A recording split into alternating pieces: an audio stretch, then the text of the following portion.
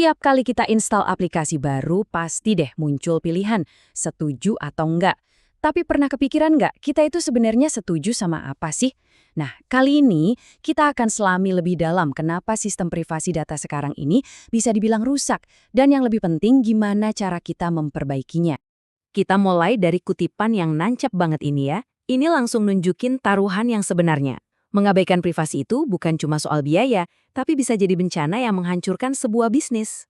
Biar kebayang semahal apa sih harga sebuah kelalaian, yuk kita lihat kisah nyata sebuah perusahaan yang harus belajar dengan cara yang, ya, paling pahit. Coba deh bayangin, ada startup teknologi keren namanya GamesBuster. Ide mereka cemerlang, bikin aplikasi game yang langsung nempel di Smart TV. Tujuannya biar pengguna bisa langsung main begitu TV nyala. Keren kan? Nah, cara mereka mewujudkan ide itu yang, agak lain. Mereka bikin fitur canggih bernama Boot to Suspend. Secara teknis, ini pinter banget. Aplikasinya jadi selalu siaga, nggak pakai nunggu lama. Tapi di balik kecanggihan itu, fitur ini ternyata super agresif. Dia jalan terus di belakang layar, ngumpulin semua data tontonan kamu, bahkan pas kamu lagi nggak mainin game mereka sama sekali. Dan inilah pola pikir yang jadi sumber masalahnya. Para engineer di sana mikir, udah kumpulin aja datanya sebanyak mungkin. Mereka nganggap data itu harta karun. Makin banyak, makin bagus. Urusan privasi, nanti aja dipikirin. Dan ini jadi kesalahan fatal mereka. Hasilnya, udah bisa ditebak. Bencana. Waktu para produsen TV sadar betapa keponya aplikasi ini, mereka semua nolak buat masang di TV buatan mereka. Nggak ada distribusi, model bisnis GamesBuster langsung ambyar. Mereka bangkrut total. Bukan karena produknya jelek, tapi karena mereka sama sekali nggak peduli sama privasi pengguna. Cerita GamesBuster ini bukan kejadian langka loh. Ini cuma salah satu gejala dari masalah yang jauh lebih besar. Jadi, pertanyaannya, kok bisa sih kita sampai di titik di mana ngumpulin data gila-gilaan itu jadi hal yang wajar? Jawabannya ada di cara kita bikin software yang udah berubah total. Dulu tuh, bikin software itu prosesnya rapi banget. Seperti yang bisa kita lihat di sini. Ada perintah dari atasan, terus jadi rencana produk, diturunin jadi persyaratan, dikerjain, baru dirilis. Semuanya teratur, lurus, dan gampang ditebak. Nah sekarang, zamannya beda banget. Kita ada di era 3D. Pertama, data. Sekarang jadi raja. Semua keputusan harus berdasarkan data. Kedua, desentralisasi. Tim-tim kecil bisa gerak cepat dengan ide mereka sendiri. Dan ketiga, demokratisasi. Bahkan engineer junior pun bisa langsung rilis fitur baru. Kombinasi ini emang bikin inovasi jadi ngebut banget. Tapi ada sisi gelapnya. Tanpa pengawasan yang terpusat, data pribadi kita jadi nyebar kemana-mana, menciptakan rimba privasi yang liar dan susah dikontrol. Dan gambar ini nunjukin masalahnya dengan jelas banget. Data itu masuknya sedikit di satu titik.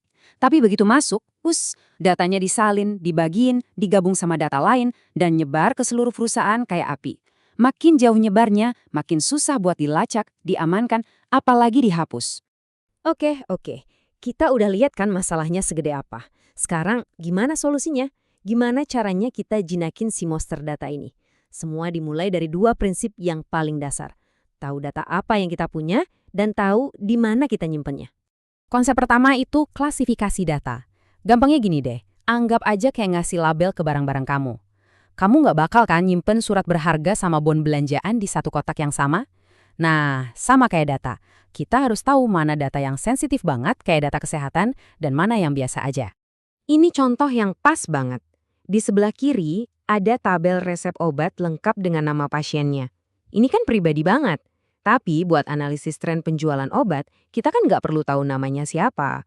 Nah, di sebelah kanan, data yang sama udah diklasifikasiin dan digabung. Kita tetap tahu ada berapa resep obat X, tapi identitas orangnya aman, terlindungi. Jadi intinya apa? Dengan klasifikasi data yang pinter, kita dapat 3 keuntungan sekaligus. Privasi pengguna jadi lebih aman, biaya penyimpanan jadi lebih murah, dan kita jadi target yang nggak begitu menarik buat para peretas. Bener-bener menang di semua sisi kan? Oke, konsep penting kedua, inventaris data. Kalau tadi klasifikasi itu soal apa datanya, inventaris ini soal di mana datanya. Kita harus punya peta yang lengkap, yang nunjukin semua data kita itu disimpan di mana aja di seluruh sistem. Analogi paling gampang ya, perpustakaan. Bayangin deh perpustakaan segede gaban, tapi nggak punya katalog atau daftar buku. Mustahil kan mau cari buku? Nah, inventaris data itu ibarat katalognya. Tanpa itu, gimana caranya kita bisa nurutin permintaan pengguna buat hapus data mereka, kalau kita sendiri aja nggak tahu datanya ada di mana? Sekarang kita coba satuin semua kepingan puzzle ini. Kalau kita gabungin klasifikasi dan inventaris, kita sampai di sebuah filosofi utama yang disebut privasi berdasarkan desain. Idenya simple, tapi dampaknya luar biasa. Bangun sistem privasi dari awal, jangan ditambal sulam di akhir. Nah, gambar di slide ini nih, ini inti dari semua pembahasan kita. Di sini ditunjukin dua cara yang beda banget dalam mengelola data. Yuk kita bedah satu persatu.